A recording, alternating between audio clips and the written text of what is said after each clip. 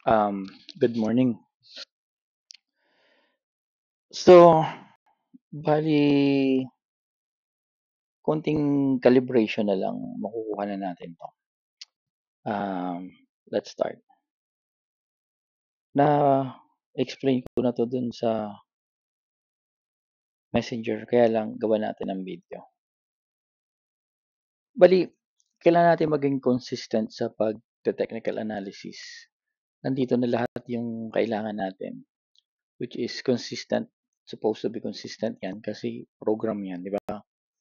Wala yang ibang gagawin kundi kung ano yung sinabi natin gawin niya. So, consistent. So, magte-technical analysis tayo. Right now, we'll start with the day. Lagi tayo mag-start sa day. And then, consistent, ang binibigay sa atin ng table na nag-start ang day natin na maging bull is etong blue na to. Right? So, imamark natin yan kung saan nag-umpisa yung day. And then, gagawin natin yan yung pinaka main trend line natin. So, you can see, lahat ng trade nito is up. Right?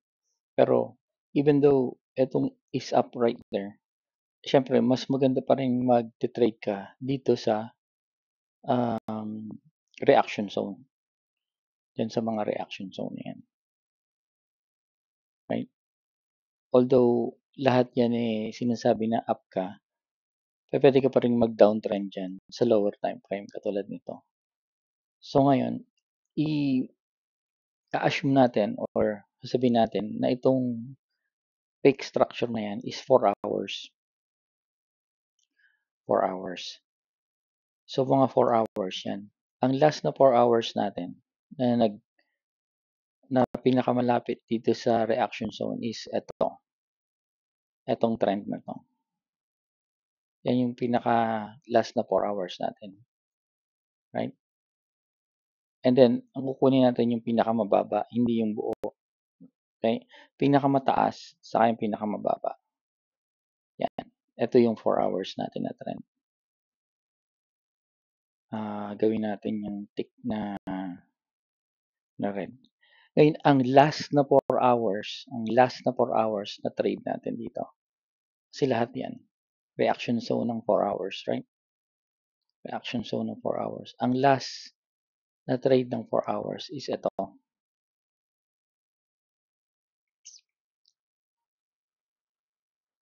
Yan. Ito yung last ng 4 hours mo. Yung current na 4 hours mo.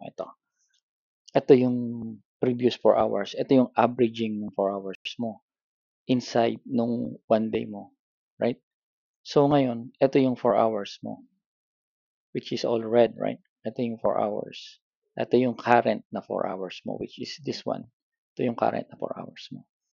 So, yung between 1 minute to 60 minutes, assume natin na ito yon, which is ito yon actually. Ito yan.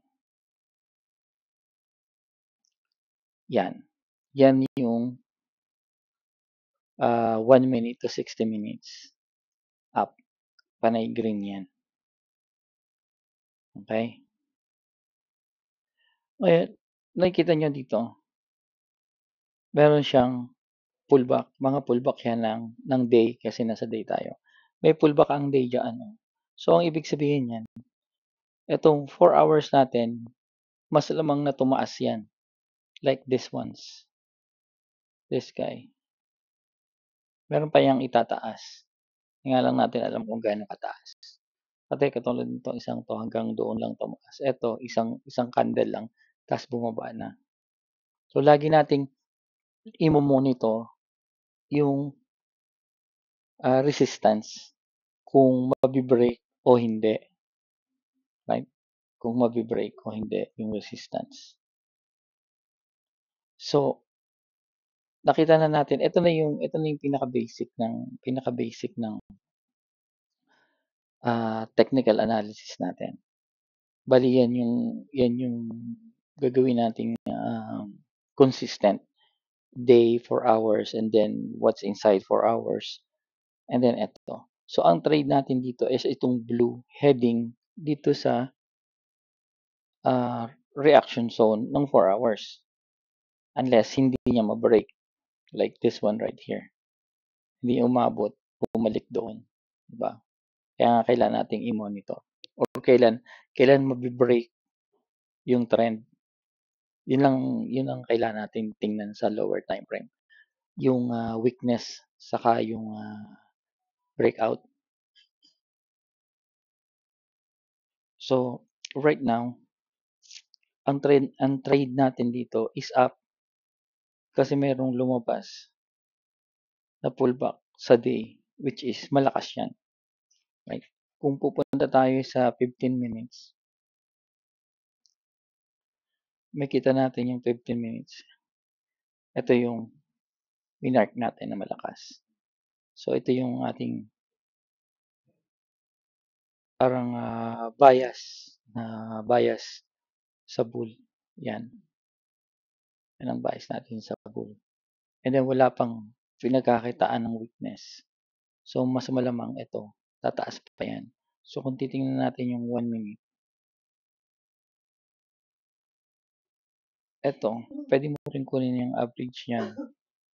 Right? Yan. And then, ito yung zone natin, reaction zone natin dito. So, tingnan natin sa 1 minute kung anong meron reaction dyan.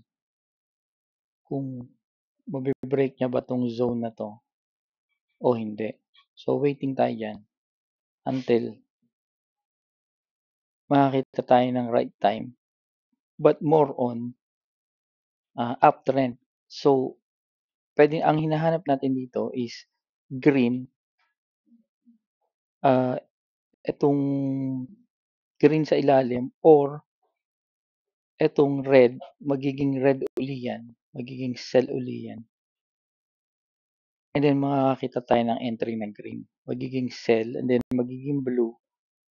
Doon tayo ngayon papasok. Parang ganito. Makakita tayo ng red kasi up tayo. Makakita tayo ng blue. And then makakita tayo ng green and then up na yan. Yun ang pwede tayong mag-up kung mabibreak niya tong blue na yan. Dito tayo mag-entry. Right? Same as here. So ngayon waiting tayo. Ang daming waiting yan. It's either bumaba, magkaroon ng red, and then hintayin natin yung pinakamababa ng red na yun. And then magbo-blue. So meron tayong hit doon. Then ang susunod natin hanapin is yung entry, which is ito. Itong dalawang to. Red, blue, itong pullback, itong buy, and then itong pullback ng buy. Taas. Kasi ang hinahanap natin dito is long. Although naghahanap tayo ng reaction dyan, pero yung reaction na yun, dito lang sa blue. Right? Ito lang yun. Itong blue to blue. Yan lang yung reaction na hinahanap natin. So, ito yung main technical analysis natin para hindi tayo malito. Yan yung mapa natin. Laging ganyan natin gagawin. Okay. That's it for now. Sana makatulong.